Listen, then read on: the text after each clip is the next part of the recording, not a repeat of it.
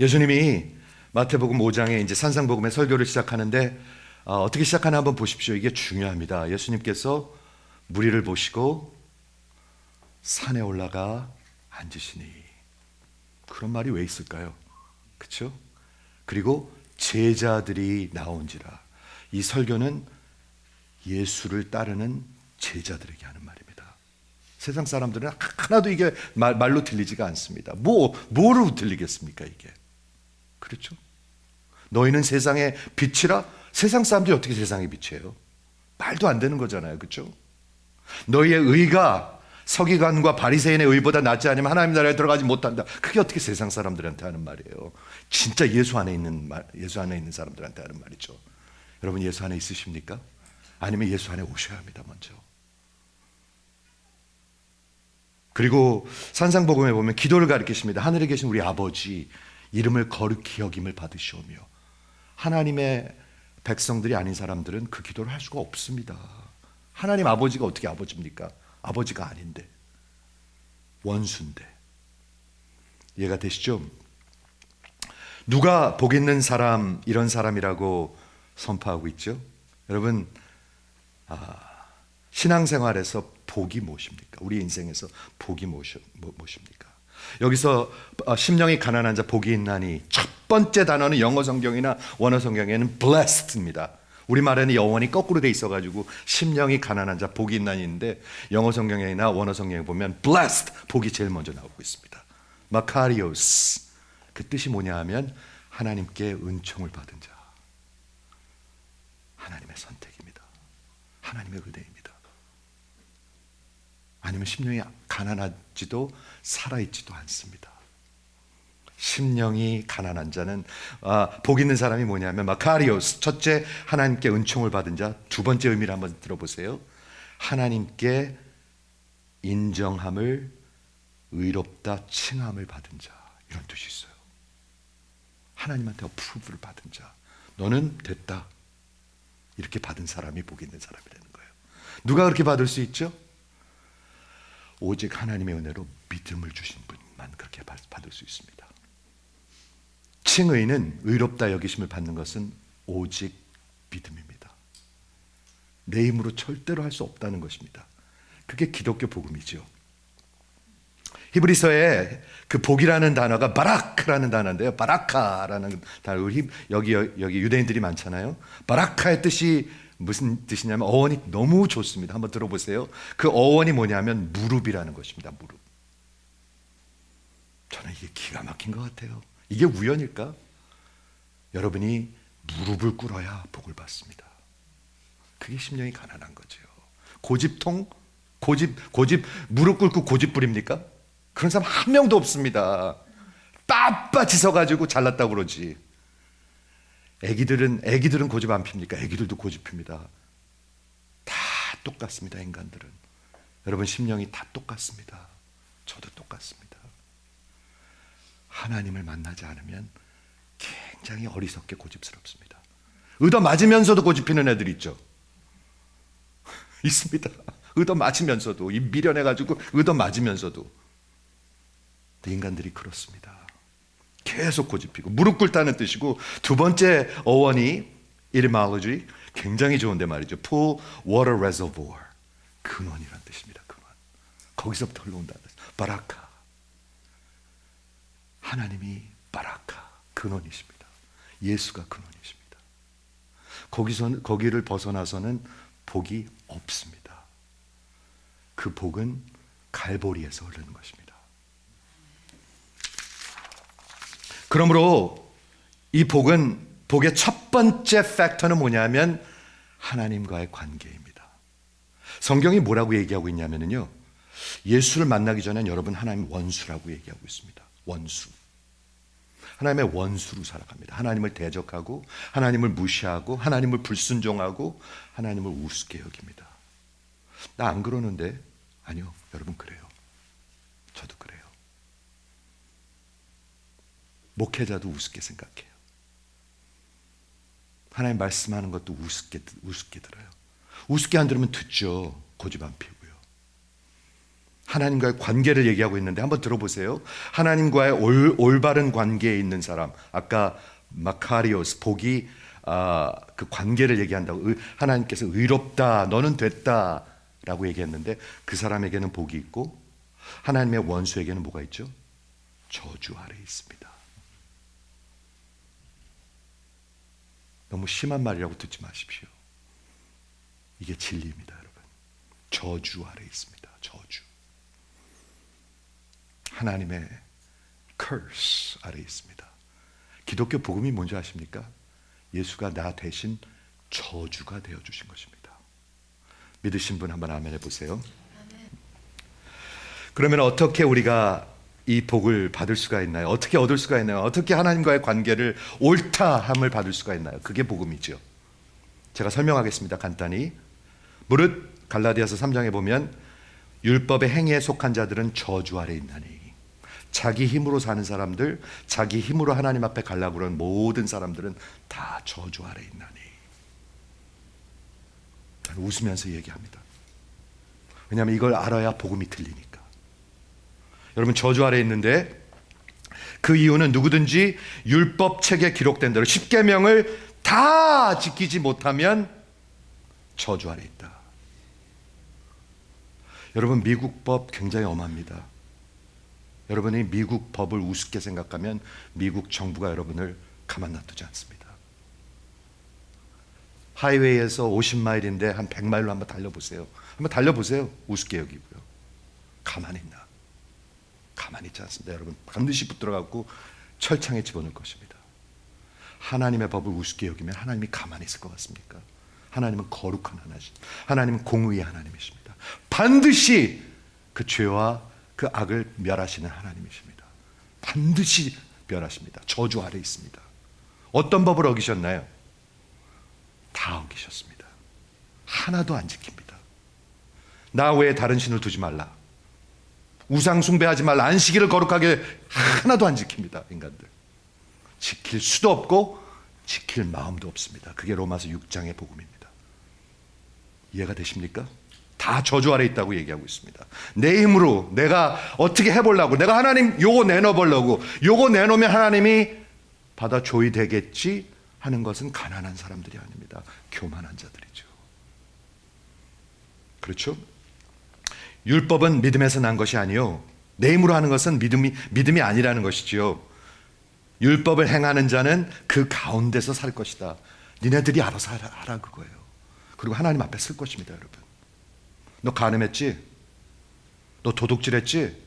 도둑질 안 했는데 너 펜 훔치는 건 도둑질이 아니고 10만 불 훔치는 건 도둑질이냐? 너 살인했지? 살인 안 했는데요? 너 형제를 미워하면 너 살인했다고 그랬는데 너 살인했잖아. 한 1000번쯤 했잖아, 살인.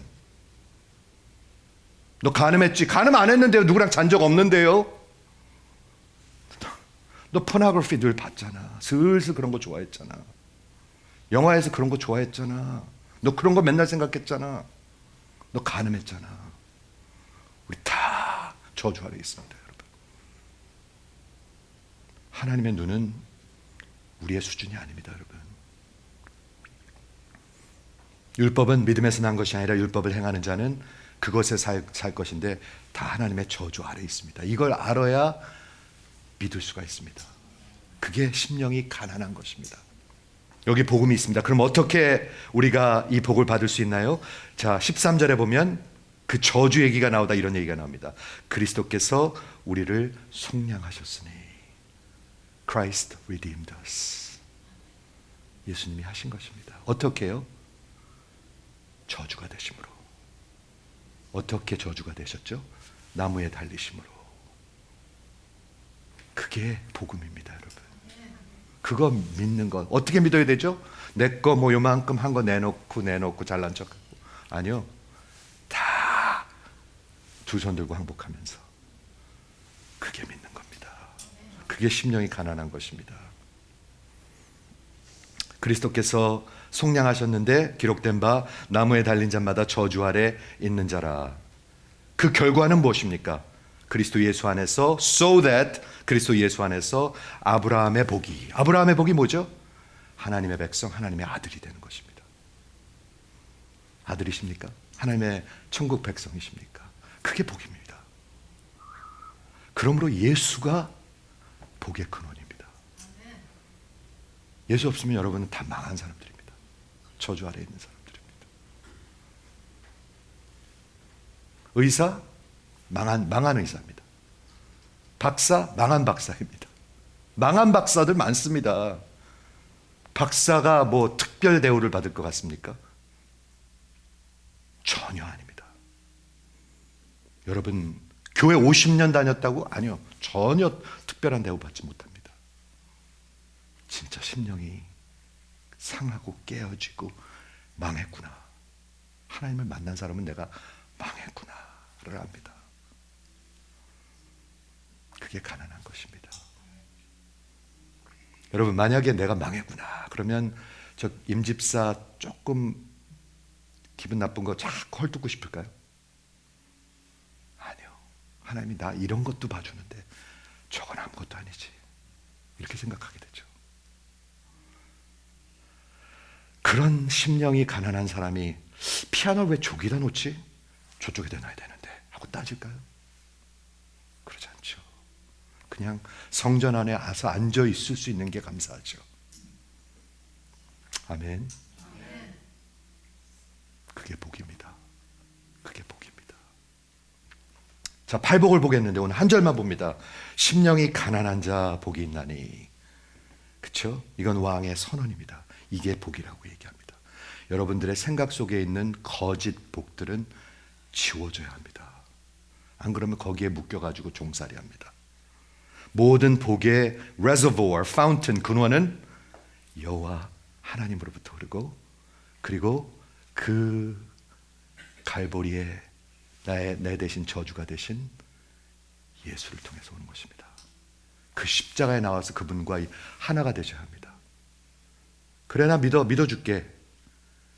안 믿는 것입니다. 그 예수와 하나가 되셔야 합니다. 여러분의 인생을 걸으셔야 합니다. 결혼할 때 그래 결혼해 줄게 그러고 따로 삽니까? 아니죠. 하나 되는 거죠. 하나부터 열까지 하나 되는 거죠.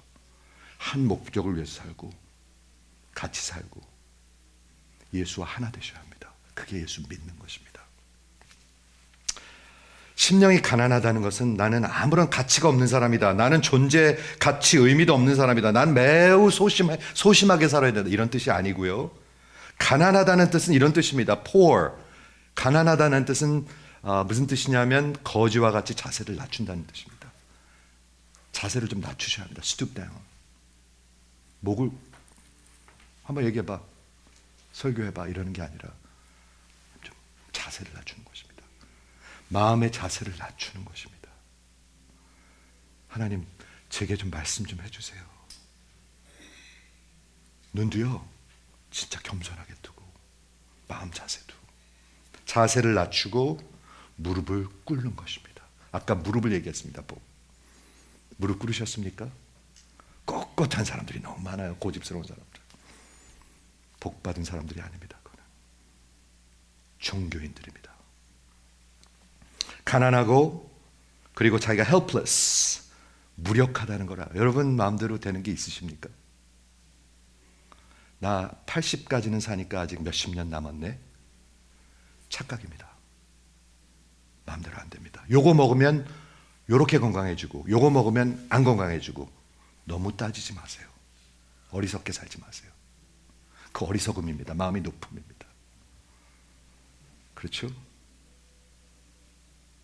그러므로 겸허하게 거지처럼 자신의 자세를 낮추고 무력함을 알고 무릎을 꿇고 그게 복이고 그게 심령이 가난한 것이라고 성경은 얘기하고 있습니다.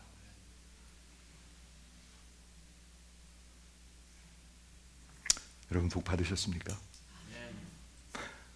복 받았는데 너무 얼굴 팍 이렇게 붙이지 마시고요. 복 받은 사람들, 복 받은 사람 행복할 거 아니에요, 그렇죠? 그러니까 행복한 거예요. 예수 믿는 사람들은요, 행복한 거예요.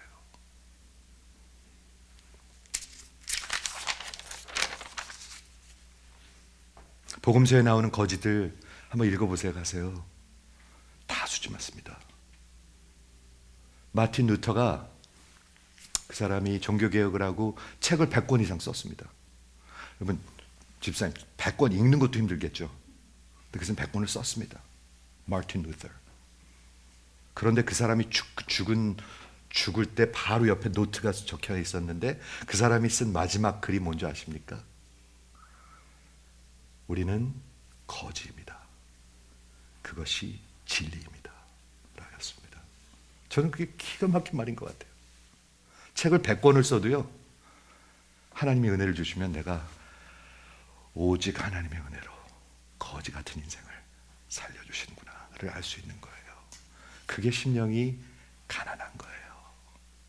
그게 하나님 나라의 백성들이에요. 성경 구절 두 개만 나누고 제가 말씀 정리하겠는데, 이사야서 61장 1절에 누가복음에 나오거든요. 예수님이 메시아가 오셔가지고 누구한테 복음을 전했나요? 여호와 영이 내게 내리셨으니, 메시아에게, 예수님에게 여호와께서 내게 기름을 부으사 가난한 자들에게 복음을 전하고, 가난한 자들에게 복음이 들어갑니다. 육신이 가난한 거 아니요.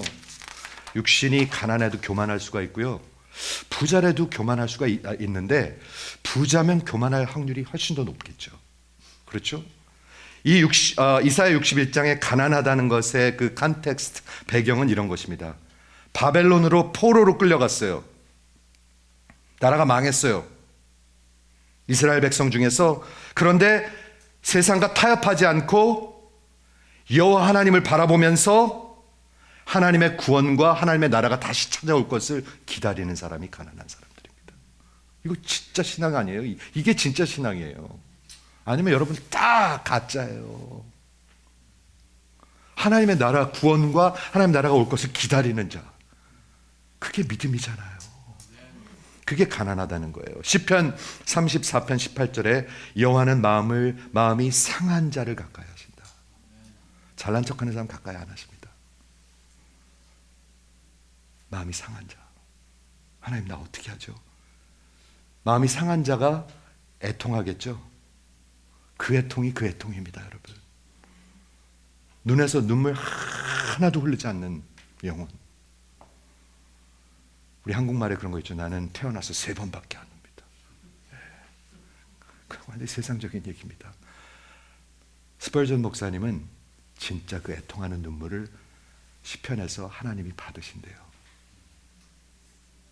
이사야서 66장 2절에 마음이 가난하고 심령을 통회하는 자가 가까이 하시는데, 그게 어떤 사람이에요? 하나님의 말씀을 듣고 떠는 자들. 제가 저주받다고 그러는데 까딱 안 하는 사람들도 많아요. 저주 얘기하는데 까딱도 안 해. 얼마나 고집이 아니죠. 그거는 미련도 아니고요. 그건 그냥 죽은 거예요. 저주라고 그러는데 까딱도 안 하는 사람들. 근데 하나님의 말씀을 듣고 떠는 자들, 마음이 가난한 자들이 하나님께서 들으신다고 얘기해요. 말씀 정리하겠습니다. 켄트 휴스 목사님이 이렇게 정리하십니다. 한번 들어보세요. 구원은 오직 믿음으로 받는 것입니다. 오직 믿음입니다. 그런데 그게 어떤 말이냐면 심령이 가난한 것이 그 믿음의 posture. 그게 믿는 거죠. 그게 올바른 태도입니다. 하나님은 심령이 완전히 bankrupt, 내 안에 선한 것이 없구나, 하나님 만나면 나는 망했구나를 봐요. 아니면 못 봐요. 베드로도 그랬죠. 베드로가 기억하십니까? 물고기를 갑자기 예수님이 이쪽으로 던지니까 많이 잡으니까 그때 뭐를 봤죠? 예수님이 하나님인 걸 봤어요. 그래가지고 나를 떠나소서, 나는 죄인입니다. 나를 봐요. 하나님을 봐요, 나를 봐요. 그렇죠? 왜냐하면 심령이 다 그렇게 뱅크럽한 사람에게 하나님이 은혜를 주시는데 저들이 믿으려 하고 저들이 은혜와 구원을 찾으려 합니다. 아니면 여러분 구원받을 생각도 없습니다. 그러면서 결론을 이렇게 내립니다. 하나님은 다른 사람에게 이런 구원을 주시지 않습니다. 심령이 가난하기 전에는 누구도 하나님의 나라에 들어갈 수 없습니다. 결론입니다. 결론. 두 번째, 심령이 가난하기 전에는 여러분 전혀 예수 성화되지 않습니다. 그냥 교만합니다. 병들어 있습니다. 예배 시간에도 하나 기운도 없습니다. 아무것도 할 생각이 없습니다. 심령이 가난하기 전에는 절대로 성화돼 가지 않습니다. 성화돼 가는 자의 자세는 마음이 가난한 사람들입니다. 그렇죠? 요 말씀으로 말씀 나누겠는데, 요한계시록에 보면은 예수님께서 교회들을 보십니다. 여러분, 우리 예수님이 이 교회 보고 계신 거 아십니까? 보고 계십니다, 여러분. 교회 머리 되신 분이 교회를 보고 계시는데 7교회가 나오는데, 교회를 바라보시면서 이제 예수님께서 말씀하십니다. 그런데 3장 14절에 보면 라오디시아 교회라는 교회가 나오는데, 그 교회를 책망하십니다. 어떤 교회는요, 너희가 살아있는 듯 하나 죽었다. 무지무지하게 액티브한데, 프로그램도 많은데, 사람도 많이 모이는데 너희가 죽었구나. 라오디시아 교회는 굉장히 많이 모이는 교회였었습니다. 근데 너희가 죽었구나. 그런 교회도 있고요. 라오디시아 교회는 이렇게 말씀하십니다. 내가 라오디게아 교회의 사자에게 편지하노니 아멘이시오. 예수님은 아멘이십니다. 그러니까 아멘하라는 거예요, 맨날이요. 아멘. 한번 아멘 해보세요. 아멘이시오. 충성되고 참된 증인. 예수님은 참된 진리를 말씀하시는 분인데, 하나님이 창조의 근원이시니가 이르시되 내가 내 행위를 안다. 내가 니들 다 안다. 그거예요. 그런데 내가 차지도 않고 덥지도 않구나. 여러분, 차십니까? 아니면 더우십니까?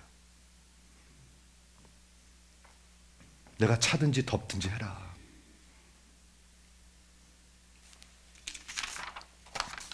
내가 이같이 미지근하여 뜨겁지도 아니하고 차지도 아니하니 내 입에서 너를 토하여 버리리라.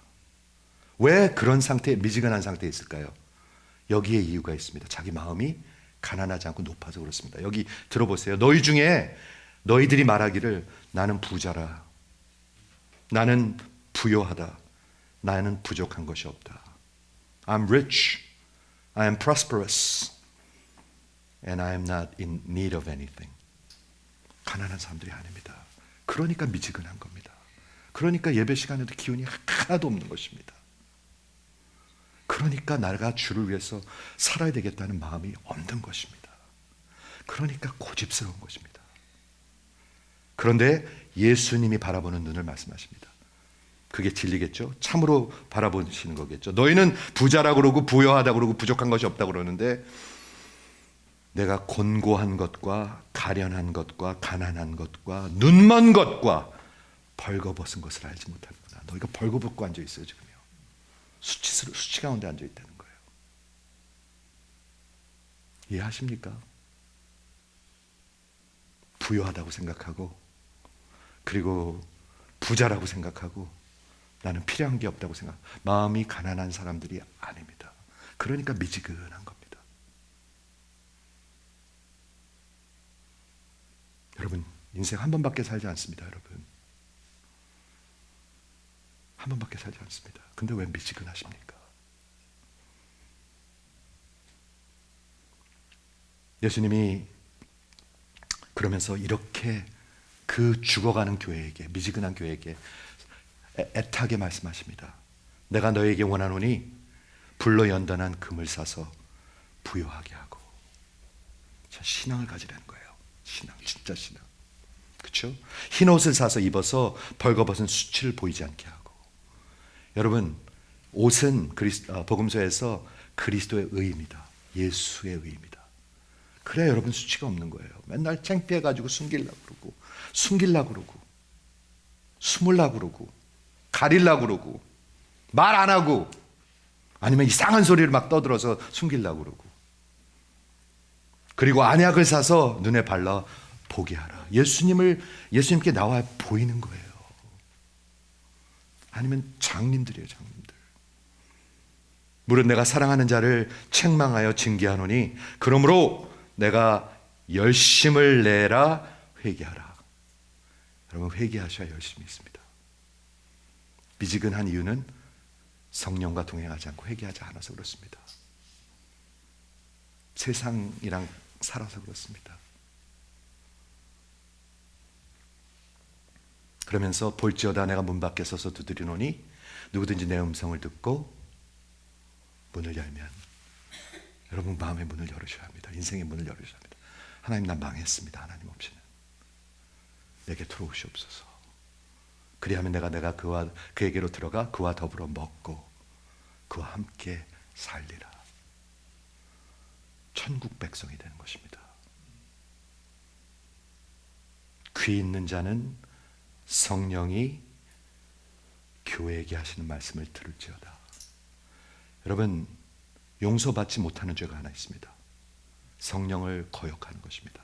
성령이 지금 말씀하시는데 자꾸 거역하면 절대로 용서가 없습니다. 예수께 나오십시오. 귀 있는 자는 성령이 교회에게 하시는 말씀을 들을지어다. 고집피지 마십시오. 여러분 인생 망합니다. 나 망했구나. 예수를 붙드십시오. 그리고 일생 빚진 자되네로 사는 게 얼마나 행복한 일인지 저는 여러분이 느끼실 수 있기를 주의 이름으로 축원합니다.